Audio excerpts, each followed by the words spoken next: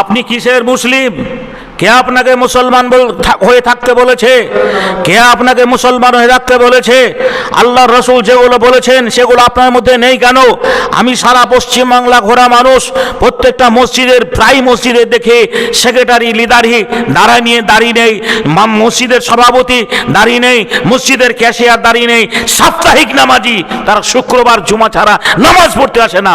অথচ সেই সমস্ত গ্রামের সাধারণ অযোগ্য মানুষরা তাদেরকে নির্বাচন করেছেন, মসজিদে দায়িত্ব দিয়েছেন। কেন তারা দায়িত্ব নিয়ে থাকবে? কে আপনাকে দাঁড়িবিহীন অবস্থায় মাদ্রাসার সেক্রেটারি হতে বলেছে, মসজিদের সেক্রেটারি হতে বলেছে, মসজিদের সম্পাদক হতে বলেছে, ক্যাশিয়ার হতে বলেছে? আপনি যদি রাসূলের সুন্নাত না মানতে পারেন, ঠিক আপনার লজ্জা করা উচিত আপনাকে। আল্লাহ রাব্বুল আলামিন কোরআন একটা জায়গায় বলেছেন, ইয়া আইয়ুহাল্লাযীনা আমানুত্তাকুল্লাহ। এই আয়াতটা আমি প্রায় জায়গায় বলে থাকি, ইয়া আইয়ুহাল্লাযীনা আমানুত্তাকুল্লাহ হাক্কা তুকাতিহি ওয়া লা তামুতুন্না ইল্লা ওয়া আনতুম মুসলিমুন। তোমরা যারা ঈমান এনেছো আমাকে ভয় করার মতো ভয় করো, আর তোমরা মরিও না মুসলমান অবস্থায় না থাকা পর্যন্ত। যদি তোমরা মরো মুসলমান হয়ে মরো, খবরদার তোমরা মুসলমান হয়ে মরিও না। হাজারো মসজিদের ইমামকে দেখে বাড়িতে যখন সে থাকে, যখন মসজিদে মক্তব করে না, তখন তার হাওয়াই শার্ট আর জিন্সের প্যান্ট আর গগলেস দেখে মনে হবে যেন আপনার কি বলছেন আপ টু ডে রঙিন ছেলে, সিনেমার নায়ক তাকে ফেল করে দেয়। অথচ সেই মানুষটা যখন মসজিদে ইমামতি করে তখন তাকে সুফি সাপা দেখে মনে হয় এটা কেমন? যেইভাবে থাকা ইসলামের নীতি নেই, এইভাবে থাকা ইসলামের বিধান নেই। আল্লাহ রাব্বুল আলামিন বলেছেন, তোমরা যারা আমার প্রতি ঈমান এনেছো আমাকে ভয় করার মতো ভয় করো, আর মরিও না মুসলমান অবস্থায় না থাকা পর্যন্ত। যদি তোমরা মরো মুসলমান হয়ে মরো, খবরদার তোমরা মুসলমান হয়ে মরিও না। সেদিন একটা বক্তব্যে রাখতে গিয়ে একজন স্কুল মাস্টার, মাদ্রাসার সভাপতি আর মসজিদের ক্যাশিয়ার, গ্রামের বিশিষ্ট ব্যক্তি, উনি বললেন, আমার নামে 50 বস্তা সিমেন্ট আমি মসজিদকে দান করলাম, আপনি একটু আমার নামে দোয়া করে দিন। আমি তাকে বললাম, আপনি 50 বস্তার টাকাওয়ালা মানুষ, তাই 50 বস্তা সিমেন্ট দিয়েছেন।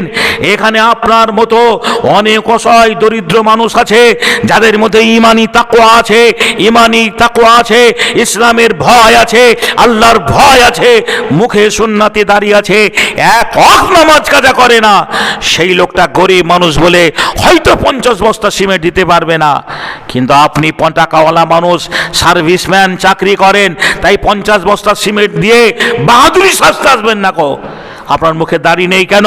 কে আপনাকে সেক্রেটারি দায়িত্ব দিয়েছে? কে আপনাকে মসজিদের সেক্রেটারি করেছে? আর আপনি বা কেন এই সেক্রেটারি দায়িত্ব নিয়েছেন?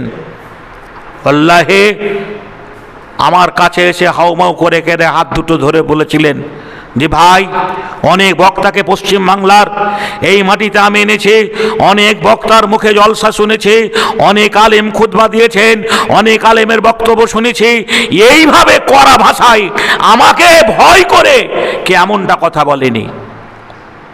আমি বললাম, দেখুন, আমি ঈমান এনেছি আল্লাহকে ভয় করে, মানুষের অনুপ্রেরণায় নয়, মানুষের লোভে নয়, আমি আল্লাহকে ভয় করে সর্বস্ব সবকিছু পরিত্যাগ করে ঈমান এনেছি। আমি মানুষকে ভয় করি না। একটা বাস্তব উদাহরণ আপনাকে দেই, কথা লম্বা করব না।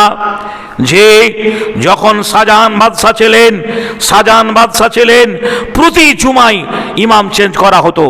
কেন করা হতো তার প্রমাণ আপনাকে দিই।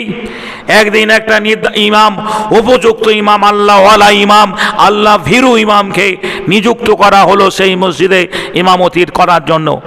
যখন ওয়াক্ত হয়ে গেছে, জুমার খুতবার সময় হয়ে গেছে, মুসল্লিরা এদিক ওদিক করে তাকিয়ে দেখছেন শাহজাহান বাদশাহ উপস্থিত, যেখানে উপস্থিত হননি। তো সবাই বলা বলি করছে, আপনি খুতবা শুরু করিয়েন না, আজকে শাহজাহান বাদশাহ আসেনি, খুতবা শুরু করিয়েন না। যদি আপনি খুতবা শুরু করেন তাহলে আপনাকে ইমামতির দায়িত্ব থেকে বাদ দেওয়া হবে। ইমাম বললেন, আমি বাদশাহকে ভয় করে যেখানে ইমামতি করতে আসেনি, আমি ভয় আল্লাহকে করি, আল্লাহকে ভয় করার জন্য আমি এখানে ইমামতি করতে এসেছি। খুতবা শুরু করলেন, নামাজ খুতবা শুরু হয়ে গেল, নামাজে রক্ত হয়ে গেছে, যখনও বাদশা আসেনি, নামাজ আরম্ভ হবে। মুসল্লিরা সবাই বলছেন আপনি নামাজ আরম্ভ করিয়েন না, আপনার বিপদ ঘনিয়ে এসেছে, এখনো আমাদের যে আপনার আসেনি, শাহজাহান বাদশা আসেনি, আপনি একটু অপেক্ষা করুন। সময় চলে যাচ্ছে, সময় কারো জন্য অপেক্ষা করে না। তৎক্ষণাৎ ইমাম বলে কাতার বাঁধুন, লাইন সোজা করুন, নামাজ শুরু হবে। আল্লাহকে ভয় করে ইমাম নামাজ শুরু করলেন।